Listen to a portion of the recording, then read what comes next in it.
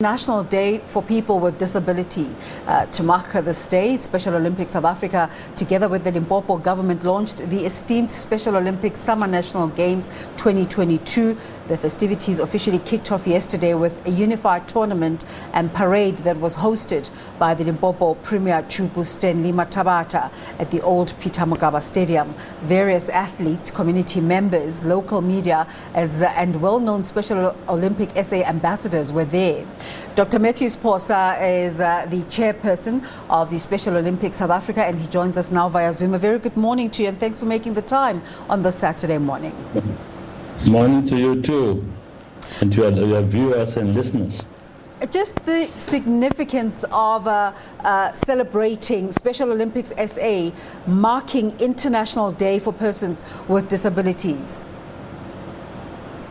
Well, we took on yesterday as a day on which all of us, able and disabled, should join hands throughout the world and celebrate people with a disability, to build awareness, to enhance the level of consciousness of society towards people with disabilities. Now, at Special Olympics, we are an international body in 180 countries in the world. In South Africa, we've got more than 57,000 athletes, and that's nowhere near what we should have. We should have millions. So we still have a long journey to go. And next year, we decided we're going to have the national games, which prepare for the international games, where we're going to choose the ultimate representative of our people in Limpopo. Why Limpopo? Limpopo has, in the past few months, excelled in recruiting people with disabilities. And we thought we should give them an oomph and support, and choose them as a place of more highlighting of consciousness. We preach inclusion, social inclusion of people with disabilities. It doesn't matter which disabilities. We don't believe freedom is complete unless they're also included in the society. That theme of unity, unifying, as the tournament yesterday was titled, how important is it to send a message to all South Africans that we're all citizens despite the way we look or our limitations? We believe that if you give anyone an opportunity, they excel, irrespective of their abilities or disabilities. And we don't believe in disabilities in our movement. We believe in diffabilities. We believe that our athletes have got different abilities. The unified sport which we had yesterday in soccer was amazing. We had our own ambassadors, Lucas Hader, Mark Fish, Dr. Komar and others, and those others from Limpopo, from Poma, Black Leopards. Now this is a mixture of people with abilities in that sense and disabilities playing soccer together. And let me tell you, the score was draw. 3-3. It shows you the disability is not really a limitation unless we make a limitation in society. We must give people opportunity, equal opportunities. So essentially what I'm getting from what you're saying is it went really well. It went extremely well. We're very happy. We're ready the next year to go to Limpopo with a bang and prepare for the international games in Russia and in Germany in 2023. But next year, July, August, we'll be Limpopo, will invade that province and have an impact on the economy of Polokwane and beyond, and take over the tourism flag for our minister. There's always the question about whether government is doing enough, and you're busy now with preparations for Russia 2023. How much support are you getting from government? Well, it was quite a journey to conscientize government. I think we're there now, and must give government credit. They have been coming to the party slowly but surely, but government cannot carry this alone. Civil society, private sector has been coming big time to the party. The National Lottery has been one of the funders, and we continue to gain and win more supporters in terms of funding. It's a lot of work, but it's the type of work that I enjoy from my experience as a former treasurer of the biggest NGO in this country. And would like to touch a bit on that, but later. Let's just give us a sense, Mr. Phosa, of the type of quality of athletic prowess that exists in the disabled space? I want to tell you, it's amazing. You won't believe the stories. But I'll give you an example of young kids in a school in Makado. And you know Makado, that is very hot. You go there, you will turn medium rare quickly. You know, it's where there's no ice. Those guys today, they're holding a world title gold medal for the world in ice hockey. Where do you get ice in Makado? Yeah. We expose them to the platforms in vets, we transport them, they train, because they know they don't have enough time to train. They train seriously. We went to Austria, they beat a Canadian team. Canada is full of snow and ice. And we beat them, and our guys coming from the hottest part of the country hold a gold medal. It just shows you. And this happens all over in golf and basketball and other. We got gold medals, the highest number of gold medals in South Africa are from us. So, just in terms of overall support, you're saying that it cannot be left entirely to government. How can communities support disabled sports? Well, first of all, it starts in the family. We believe families are the base of support for each child. Families should not disown children with disabilities, hide them behind the doors or under the bed so that visitors must not see them. But these kids need support, family support. Private sector should not fold its arms. They should make a serious contribution, and I think it is, but I'm sure could have more players making serious contribution towards people with disabilities and supporting them in various ways. But government also must up the game. The contribution has been there, but it can be better. But it is there.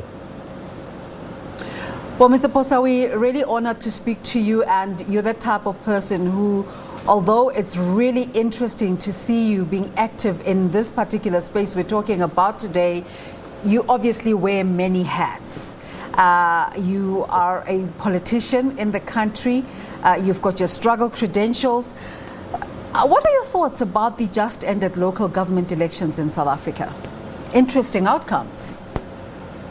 Well, I think we wrote a constitution promoting democracy and multi-party democracy.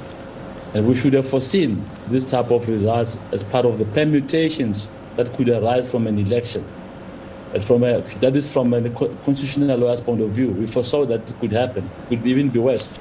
It could even be an opposition being in power, which I think my party would dread very much. But that's a scenario which can happen in theory and in practice. But the fact of the matter is, in terms of my party, the ANC, we did extremely bad. We showed that we need to close the gap between ourselves and the masses and create less arrogance and more connectivity with the masses. And the way to do it is to deliver services, nothing else. People want, in the rural areas especially where you've got the majority, they want roads, they want electricity, they want water. They don't want city and mega cities, they just want simple things. And we must give them that. If we don't, the sun will set on the ANC. I hope it doesn't happen. I'm one of those who love it so much, who work very hard to make sure that it recovers. But the lessons are clear. The further you are from the people, the more they run away from you. So it's good, the outcome is good for democracy, but not so good for party. What do you say to the narrative that there is no going back? South African citizens have discovered that you can support other people other than the African National Congress, and it's only downhill from here. I don't think it's downhill from here. Anybody who says that is just guessing. You know, Cicero told us in classics that you must never make such predictions in elections. You can swing back. And Nicaragua showed that the Sandinistas lost power completely. Where are we now? They're back in power very strong. The ANC could do the same thing and do a bounce. So I'm not going to go into predictions. I'm going to say to you, when we wrote the Constitution, we foresaw this permutation.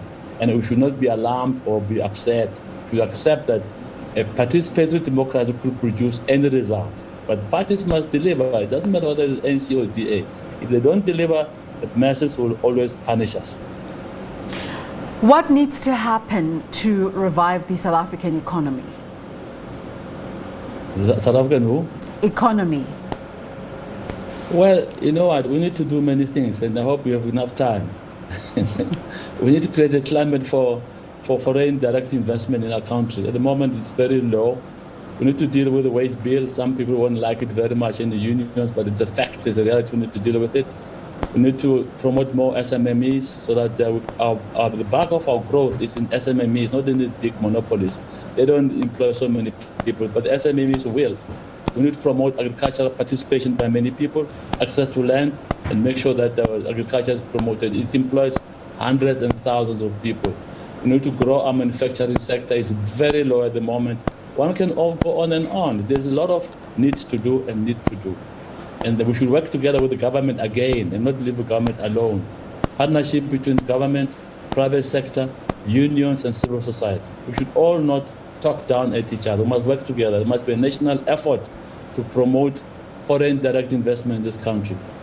Yeah, and we're in the month of December now. We might be celebrating festivities and the festive season, but just a month ahead will be the time to start the new academic year.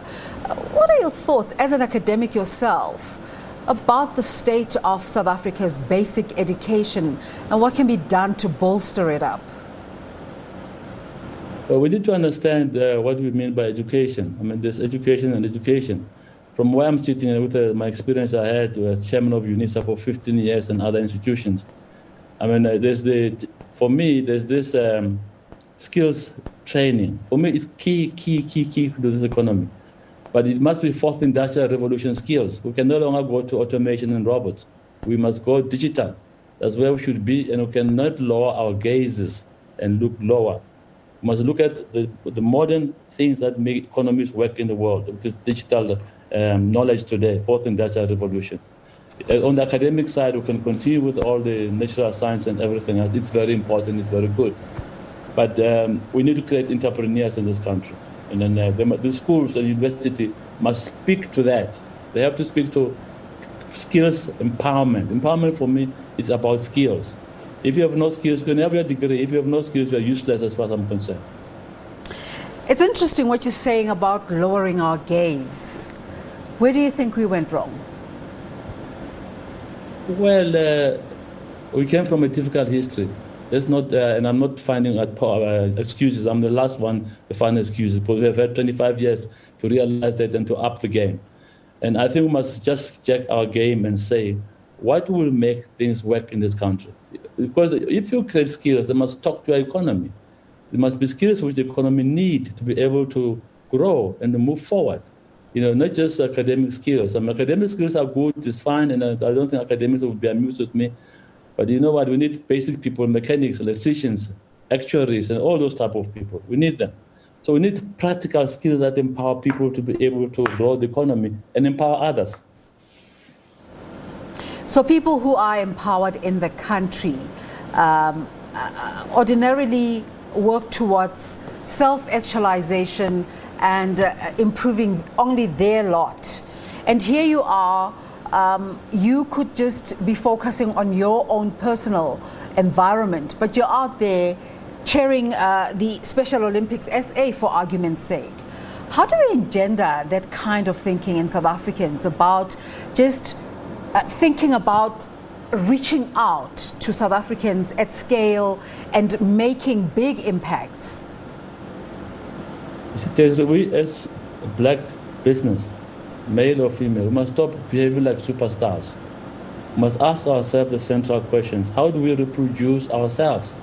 Because as a lawyer also, I'm a mining consultant. And at the moment, I'm creating junior miners because I believe that the more blacks own mines, the better for the economy, better for black people. They learn new skills in that area. I'm a farmer as well. I believe we must empower farm workers, small ones, small communities. It's not difficult things to do. It's attitude. You know, those who are having the head start must reproduce themselves. It's the duty of black business. We cannot defer to white business only. We must take responsibility with our communities and be proud for doing so.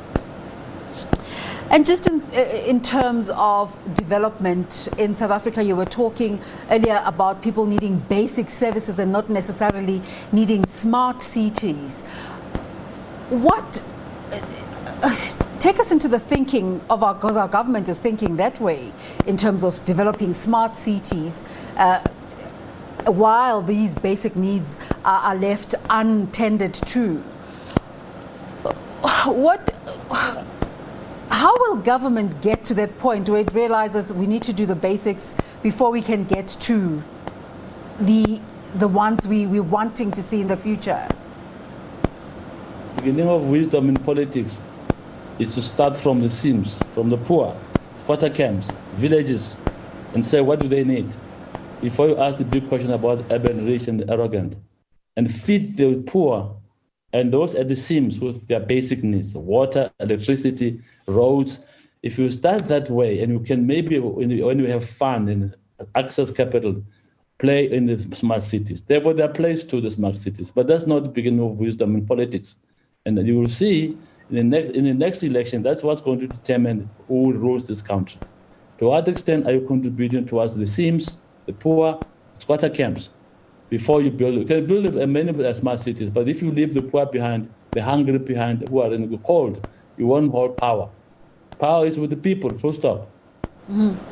What are your thoughts on political leadership in the country, and perhaps where are you in terms of your political activism?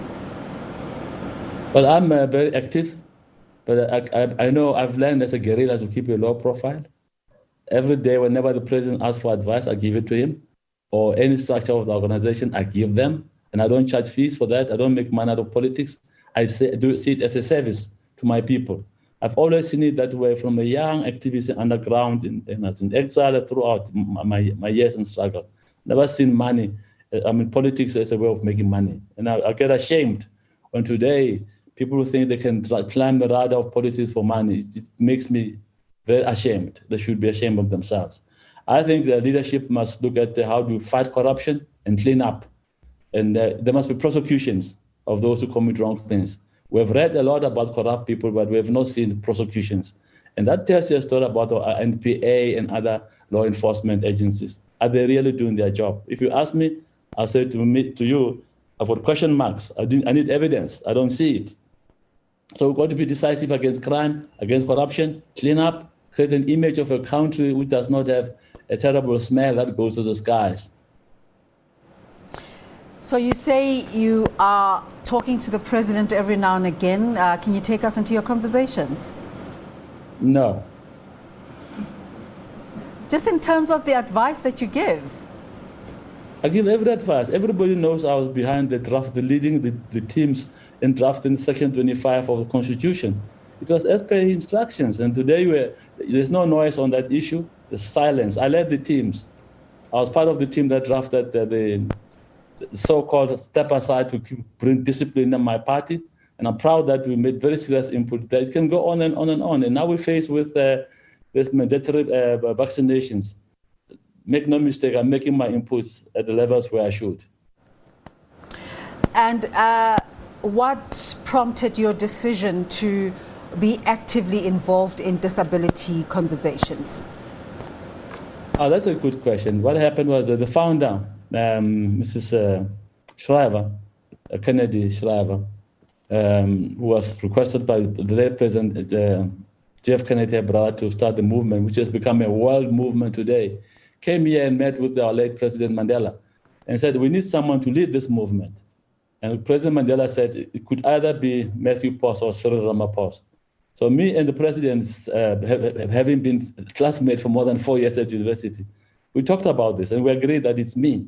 So I carried the torch from Nelson Mandela, and I'm proudly doing so. And I've been carrying this torch for more than 13 years, building this movement. When we started, it was only in 3 provinces with 9,000 active athletes. Today, it was only in 3 provinces. Now it's in 9 provinces with more than 52,000 athletes.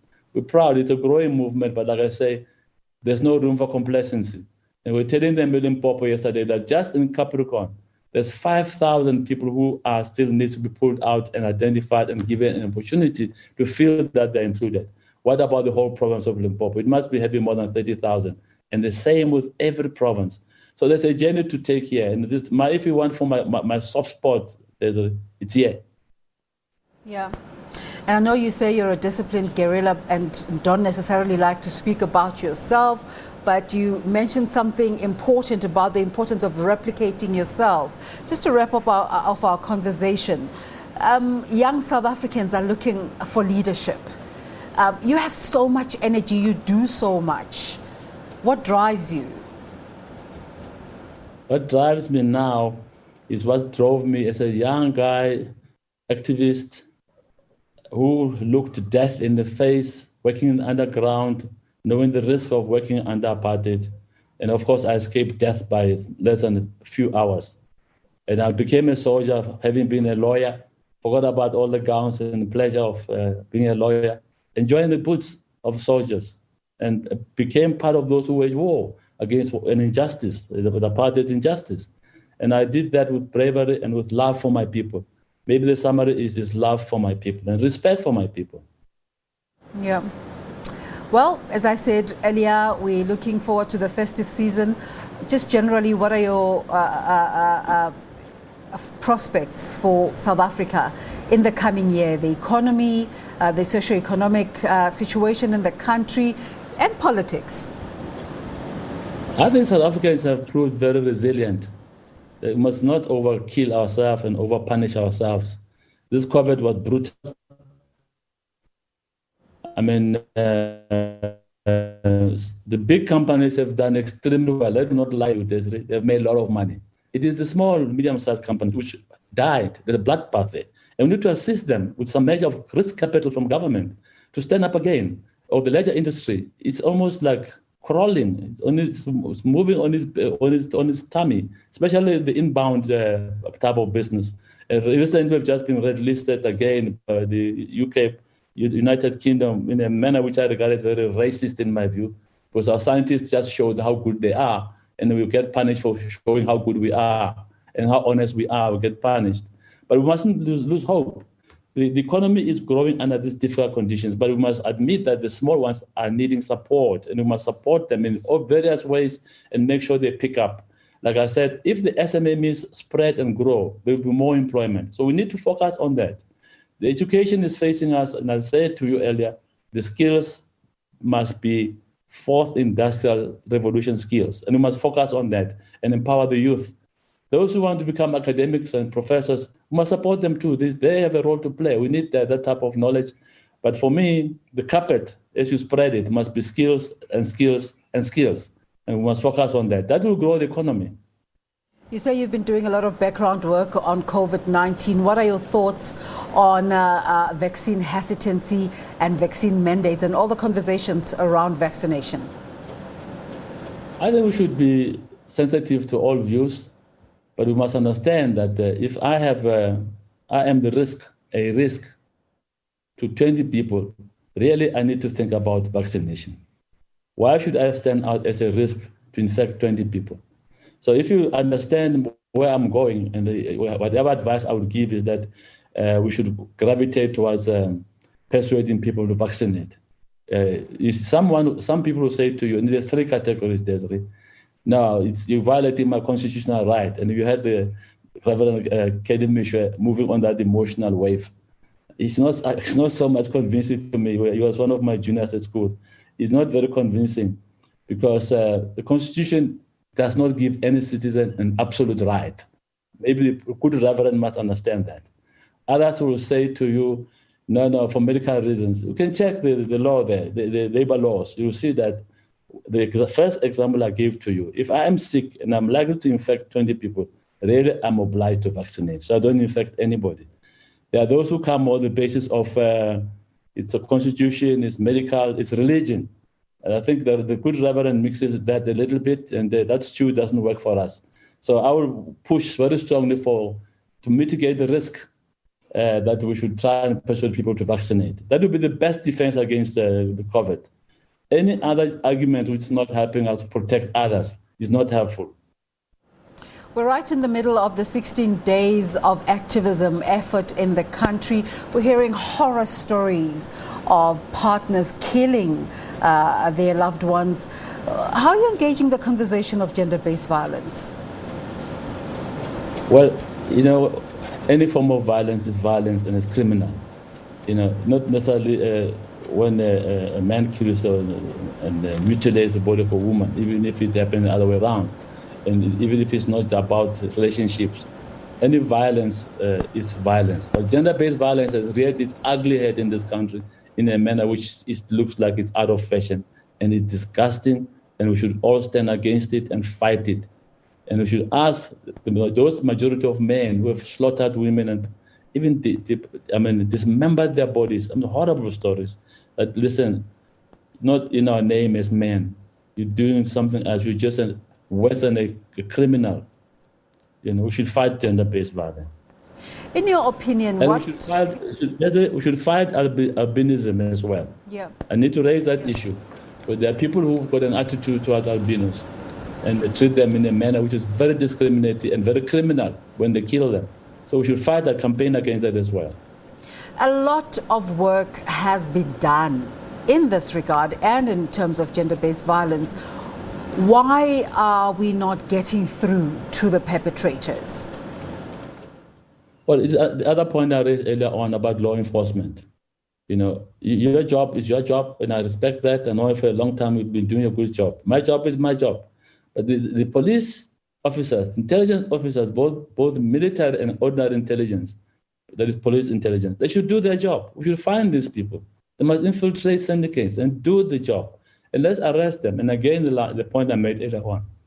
Let us see prosecutions of those who are involved in gender-based violence and all other crimes, including corruption. Dr. Phosa, we thank you for your time. It was quite interesting that you launched yesterday in Limpopo. Are you still keeping good relations with your province where you were premier, Mpumalanga? They love me like hell. I'm very much in touch with them throughout. I'm very active there. I'm doing other things which I don't think you have time now. Next time, give me time to talk about my province. I'll talk a lot. We'll pencil you in our diary.